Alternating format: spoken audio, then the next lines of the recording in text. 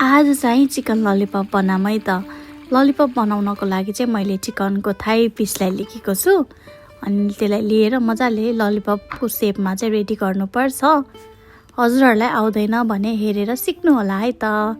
यो थाईबाट कसरी ललिपप बनाउने भनेर त्यो पनि राखेको छु। अनि त्यसपछि चाहिँ हामीले चाहिँ म्यारिनेट गर्नुपर्छ। म्यारिनेट गर्नको लागि चाहिँ अब स्वादअनुसार नुन हाल्नु होला। अनि चाहिँ खोर्सानी, अनि मैले चाहिँ गरम मसला पनि एड गरेको छु। अनि त्यसपछि चाहिँ मिट मसला है। अनि त्यसपछि चाहिँ अलिकति चाहिँ फुड कलर अनि मैदा है। अनि मजाले मिक्स गर्नु होला है त, सबैतिर लाग्ने गरेर। अनि त्यसपछि चाहिँ 15-20 मिनट जतिको लागि चाहिँ यत्तिकै छोडिदिनु होला। अनि चाहिँ मजाले तेल तातिसकेपछि चाहिँ फ्राई गर्ने बेलामा चाहिँ मजाले पल्टाइ सबैतिर पाक्ने गरेर चाहिँ फ्राई गर्नु होला।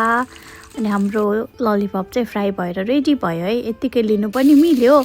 मैले चाहिँ हल्का केचप हालेर चाहिँ ग्रेभी बनाउँछु भनेर चाहिँ त्यो बनाउँदैछु। अब हेरेर सिकिहाल्नुहुन्छ होइन के हालेको छु भनेर।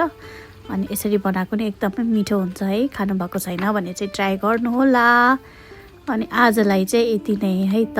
Thank you for watching. Bye bye. See you in the next video.